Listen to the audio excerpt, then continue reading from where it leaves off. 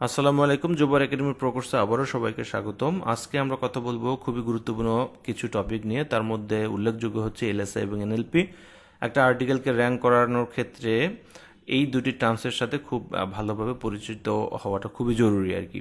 তো যাই হোক, আমরা কথা না বাড়িয়ে মূল টপিকে চলে যাই। আমরা এলএসআইকে যদি ভাঙি তাহলে আসে হচ্ছে ল্যাটেন্ট সিমান্টিক ইন্ডেক্সিং, অর্থাৎ কিওয়ার্ডস আর conceptually related terms that search engine use to deeply understand the content on a web page. আচ্ছা, বিষয়টা হলো কিছু টার্মস বা কিওয়ার্ড, হ্যাঁ, যেগুলো হচ্ছে কি বলে যে সার্চ ইঞ্জিন কোনো একটা কন্টেন্টকে ডিপলি বোঝার জন্য, যে একটা কন্টেন্ট আসলে কি বিষয়ে আছে সেই জিনিসটা বোঝার জন্য যে টার্মসগুলো ইউজ করে তাদেরকে আমরা বলে থাকি এলএসআই কিওয়ার্ড। একটু ডিসপ্লেতে যাই, সেখানে আমরা যদি বলি যে বেস্ট কি বলা যায় কেক আপ, অথবা কি বলা যায় বেস্ট গলফ বল ফর কি বলে সিনিয়র, এইটাই আমরা একটা কিওয়ার্ড হিসাবে সিলেক্ট করলাম। ধরেন এটা আমার এখন কিওয়ার্ড, আমরা এটা নিলাম। আমরা এখানে সার্চ করার সময় দেখেন কিছু টপিক আমাদেরকে সাজেস্ট করে, যদিও গুগল বা যে কোনো সার্চ ইঞ্জিন এটা কিন্তু খুবই গুরুত্বপূর্ণ পার্ট এলএসআই কিওয়ার্ডগুলো মানে বের করার জন্য। এছাড়া এলএসআই কিওয়ার্ড বের করার জন্য বেশ কিছু টুলসও আছে, আমরা করে দেবো, মানে আমি ভবিষ্যতে আপনাদেরকে জানিয়ে দেবো। তার মধ্যে হচ্ছে উল্লেখযোগ্য হচ্ছে এলএসআই গ্রাফ, খুবই গুরুত্বপূর্ণ বা খুবই ভালো একটা টুলস, এখান থেকে এলএসআই ধারণা পাওয়া যায়।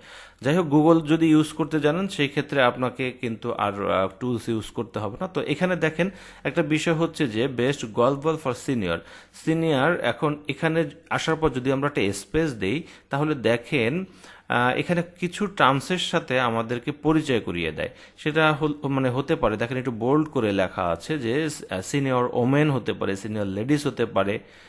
এই ধরনের যে স্লো সুইং স্পিড, এই যে টার্মসগুলো আছে এগুলোকে আমরা সাধারণত বলে থাকি সিমান্টিক ওয়ার্ড। হ্যাঁ, এই সিমান্টিক ওয়ার্ডগুলো দ্বারা গঠিত যে শব্দগুলো আছে তাদেরকে আমরা বলে থাকি এলএসআই কিওয়ার্ড। আচ্ছা, এছাড়া যদি আমরা আমাদের এখানে যদি আমরা একটু সার্চ করার পর আমরা একদম শেষের দিকে যে অনেক যে গুগলের সাজেশনগুলো আছে এখানেও কিন্তু আমরা এলএসআই এর কিন্তু কিছু আইডিয়া পেতে পারি। এখানে এলএসআই অর্থাৎ সব কিছু কিন্তু এলএসআই না, যেগুলো হচ্ছে আমার মূল টপিকের সাথে সম্পর্কিত। যেমন গুগল থেকে যখন আমরা বিষয়গুলো একটু এভাবে নিব, দেখেন হাই অ্যাটিটিউড আছে, স্লো সুইং স্পিড আছে, ফর ডিস্টেন্স আছে, ঠিক আছে। এখানে যে অনেকগুলো টার্মস আছে এই টার্মসগুলো থেকে আমরা কিন্তু এলএসআইকে নির্ধারণ করতে পারি বা বের করতে পারি। অর্থাৎ এমন একটা বিষয় বা এমন একটা টপিক, যেমন আমরা যদি কফি মেকারকে কল্পনা করি যে আমরা আসলে কফি মেকার নিয়ে কাজ করব, সেক্ষেত্রে আমরা কফি মেকারের সাথে সম্পর্ক আছে কার কার, কফি মেকারের সাথে সম্পর্ক থাকতে পারে হচ্ছে কফি বিন। হ্যাঁ, কারণ হচ্ছে কফি বা কফি বিনের সাথে একটা কফি মেকারের সম্পর্ক থাকতে পারে, কারণ কফি তৈরি করতে হলে কফি লাগবে, কফিটা তৈরি হয় হচ্ছে কফি বিন থেকে। কফিটা মানে কিভাবে খাওয়া হয়, একটা কফি মগে করে আমরা কিন্তু কফিগুলো খাই, বা কিংবা অন টাইম কফি মগ হতে পারে, অন টাইম গ্লাস হতে পারে, এই টাইপের শব্দগুলো। আবার ধরেন কফির সাথে কিন্তু সুগার, কফির সাথে মিল্ক, এই যে টার্মসগুলো জড়িত আছে এই টার্মসগুলোকে আমরা বলে থাকি সিমান্টিক ওয়ার্ড। এই সিমান্টিক ওয়ার্ডগুলো দিয়ে গঠিত আমার মূল কিওয়ার্ডের সাথে সম্পর্ক আছে এমন কিওয়ার্ডগুলোকে আমরা সাধারণত এলএসআই কিওয়ার্ড বলে থাকি। আমরা ভবিষ্যতে যখন এই এলএসআই কিওয়ার্ডগুলো ইউজ করব তখন আমরা আরও বিস্তারিত এখান থেকে বা আরও ক্লিয়ারভাবে আমরা বুঝতে পারবো। এরপরে আর একটা টপিক হচ্ছে, সেটা হলো এনএলপি, যেটা বর্তমানে খুবই পপুলার একটা শব্দ। কেউ কেউ বিষয়গুলো বুঝে থাকে, আবার কেউ কেউ বিষয়গুলো আমরা বুঝি না। এনএলপিকে যদি ভাঙি তাহলে আমরা পাই হচ্ছে ন্যাচারাল ল্যাঙ্গুয়েজ প্রসেসিং। আচ্ছা, এখানে is the ability of a computer program to understand human language as it is spoken and written. বিষয়টা হলো যে একটা দক্ষতা কম্পিউটার প্রোগ্রাম একটা কম্পিউটার প্রোগ্রামের একটা দক্ষতা কি কিসের জন্য, আন্ডারস্ট্যান্ড বোঝা, কার জন্য, মানুষের ভাষা বোঝার বা মানুষের মনের মধ্যে যে বিষয়গুলো আছে সেই জিনিসগুলো বোঝার যে একটা প্রবণতা বা সে বোঝার জন্য যে একটা প্রোগ্রাম, সেই প্রোগ্রামগুলোকে আমরা বলে থাকি হচ্ছে ন্যাচারাল ল্যাঙ্গুয়েজ প্রসেসিং। আচ্ছা, আরেকটা জিনিস একটু বুঝায় আরও বেশি ক্লিয়ার। দেখেন, আমরা যখন গুগলে কোনো কিছু সার্চ করি তখন কিন্তু আমার প্রয়োজন অনুসারে বেশ কিছু শব্দ এখানে কিন্তু সাজেস্ট করতেছে। এখন একটা কথা একটু বলে নিচ্ছি, এই সাজেশন কিন্তু সকল ইউজারদের জন্য সেম নাও হতে পারে, কারণ কি গুগল আমাকে মানে এই সাজেশনগুলো দেয় আমার ইন্টারেস্টের উপর, আমাকে বোঝার চেষ্টা করে আমি আসলে কোন ক্যাটাগরি বা কোন লেভেলের ব্যক্তি, সেই ইসের উপর, অর্থাৎ সেই লেভেলের উপর বা অন্ততপক্ষে আমার ইন্টারেস্টের উপর ভিত্তি করে আমাকে কিন্তু এই সাজেশনগুলো দেখায়। এটা সবার জন্য সেম নাও হতে পারে। তো এক একজনের এক্সপার্ট লেভেল যারা আছে তাদের জন্য একরকম সাজেস্ট করতে পারে, যারা বিগিনার আছে তাদের জন্য আর এক রকম সাজেস্ট করতে পারে। এই বিষয়গুলো কিন্তু গুগল মোটামুটিভাবে বুঝতে পারে। এছাড়া আরেকটা বিষয় হচ্ছে যে আমরা যখন কোনো ইমেল আমরা লিখে থাকি, বিশেষ করে গুগলে যখন আমরা জিমেইলে যখন আমরা ইমেলগুলো লিখি, তখন দেখবেন দু একটা শব্দ লিখলে সাথে সাথে কিন্তু আমাকে কিছু সাজেশন দেয়।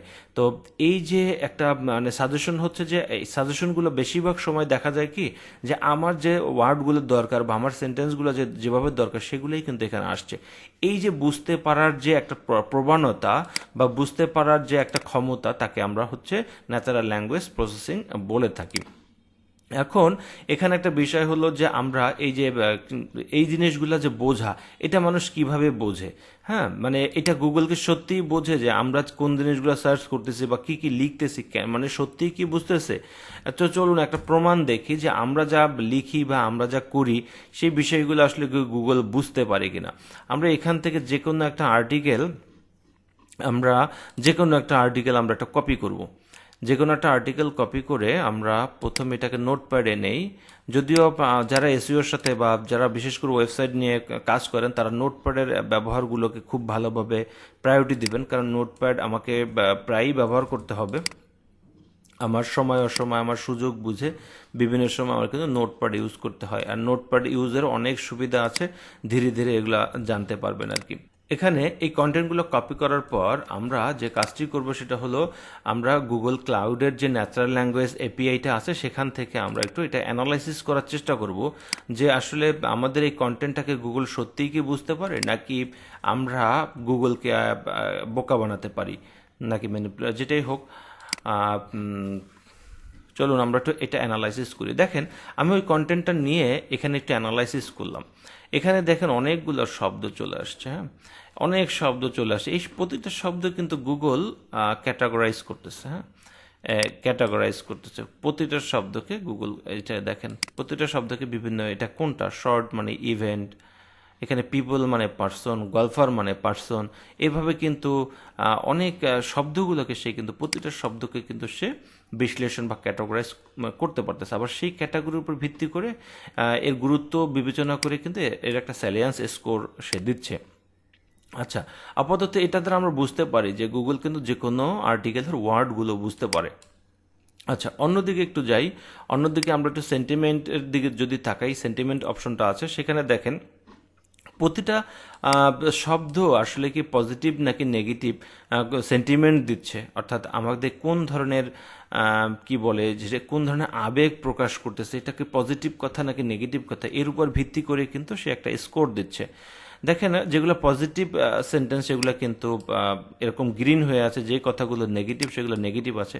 তবে একটা জিনিস বলে রাখি যে আর্টিকেলের ভিতরে আমরা প্রতিটা নেগেটিভ কথা হলেও আমরা কিন্তু পজিটিভলি লেখার চেষ্টা করব, তাতে করে আমাদের কিন্তু এই সেন্টিমেন্ট স্কোরটা অনেক বেড়ে যাবে। যদি যত বেশি বাড়বে, হ্যাঁ, তত বেশি আমার জন্যই সুবিধা এবং তার র্যাঙ্ক হওয়ার পসিবিলিটিটা অনেক বেশি থাকবে। এখানে স্কোরের রেঞ্জটা এরকম থাকে যে যেহেতু হলো 0 থেকে 25, মানে 0.25 থেকে 1.0 এর ভিতরে যদি স্কোর থাকে তাহলে গ্রিন থাকে।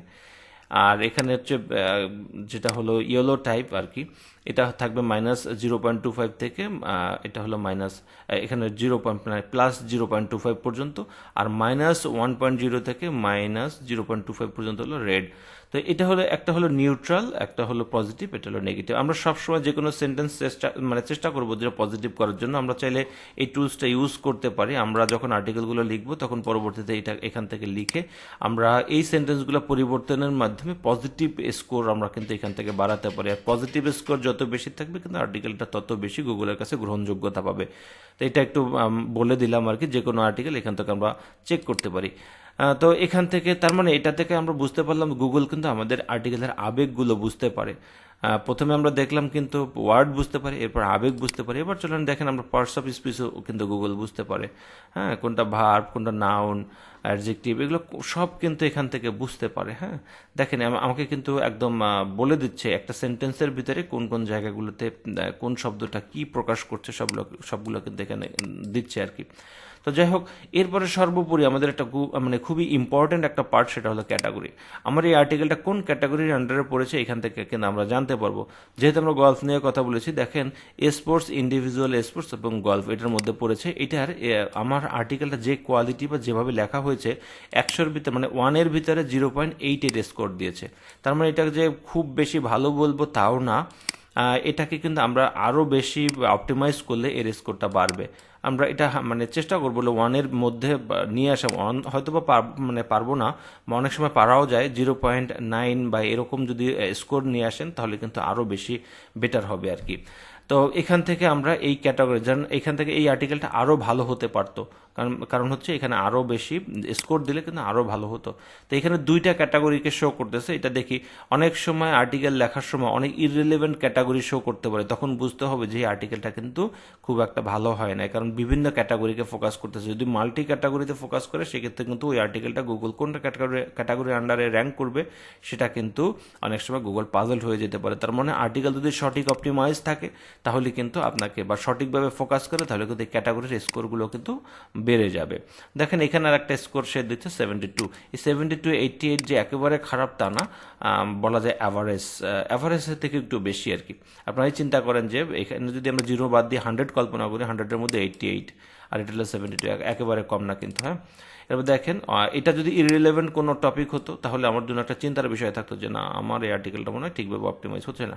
তার মানে ওভারঅল আমরা এখান থেকে এই টুলসটা দ্বারা কি শিখলাম, আমরা দেখলাম যে একটা শব্দ সে জানতে পারে, আমাদের আবেগ জানতে পারে, পার্টস অফ স্পিচ জানতে পারে, এবং আমাদের ওভারঅল ক্যাটাগরি বিশ্লেষণ করার সে ক্ষমতা রাখে।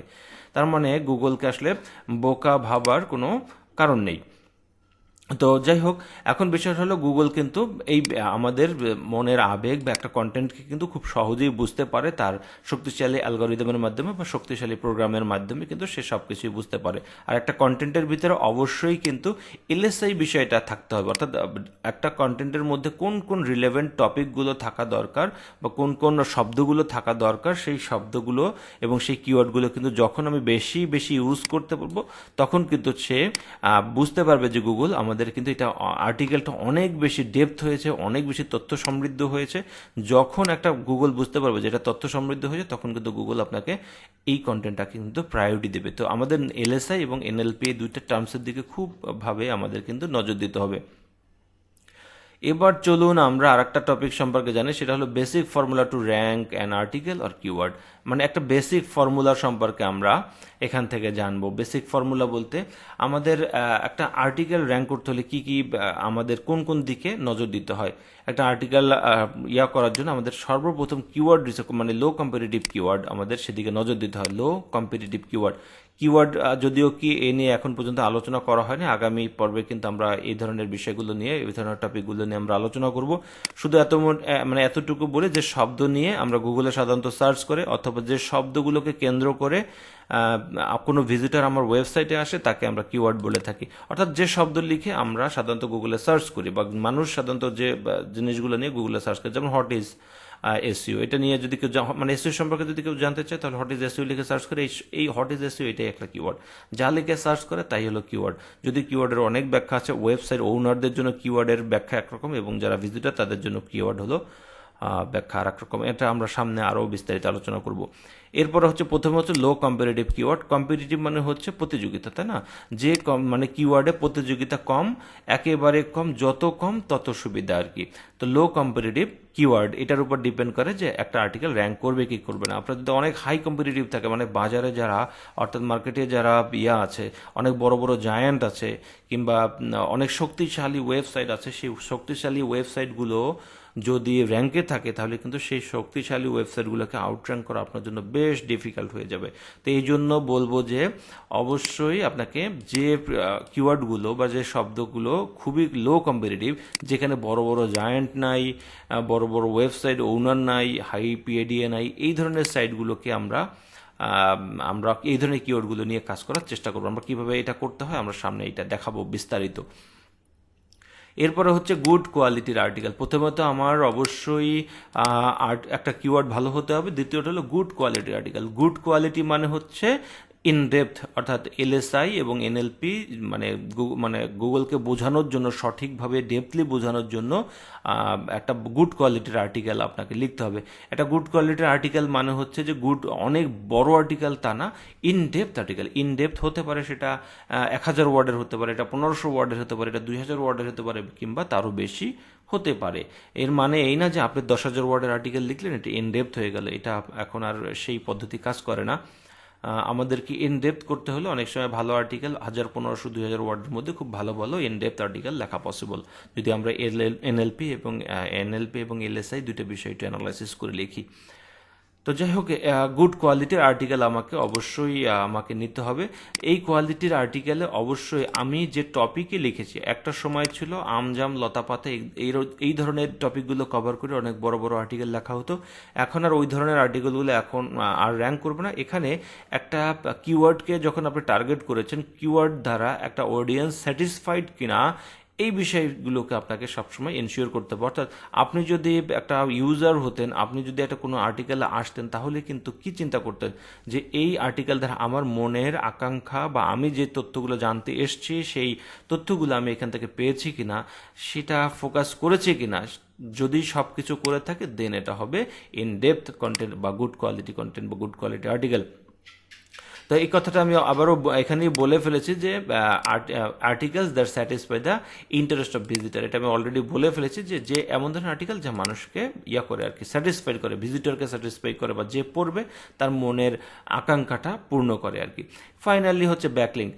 তো একটা সময় ব্যাকলিং মানে হচ্ছে ভোটের মতো কাজ করতো, যার ওয়েবসাইটে যার আর্টিকেলে যত বেশি ব্যাকলিং থাকতো সে তত বেশি মানে এগিয়ে থাকবে র্যাঙ্কের ক্ষেত্রে। তো আমি এই ক্ষেত্রে একটা জিনিস বলতে চাই, সেটা হলো এই ব্যাকলিং ছাড়াও কিন্তু গুগলের টপে থাকা স্বাভাবিক একটা বিষয়। কারণ হচ্ছে আপনি যদি লো কম্পিটিটিভ কিওয়ার্ডকে অ্যানালাইসিস করেন, গুড কোয়ালিটির কন্টেন্ট লেখেন, এবং যে কন্টেন্টগুলো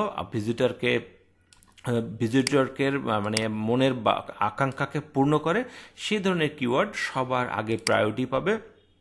ও যদিও অনেক ভালো ভালো ব্যাকলিং করাও থাকে, মানে নাও করা হয়, কিংবা ধরেন কম্পিটিটররা যদি অনেক ভালো ভালো ব্যাকলিং করেও, তাহলে এই তিনটা জিনিস যদি আপনার আর্টিকেলে কভার করতে পারেন, তাহলে দেখবেন কি এই বড় বড় ব্যাকলিং যুক্ত সাইটগুলোও কিন্তু আপনি আউটরাঙ্ক খুব সহজেই করতে পারবেন।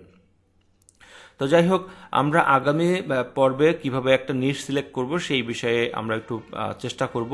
তা আজকের মতে এই পর্যন্তই। তো সবাই ভালো থাকবেন, সুস্থ থাকবেন। আগামী এপিসোড দেখার আমন্ত্রণ জানিয়ে এখানেই বিদায় নিচ্ছি। আল্লাহ হাফেজ।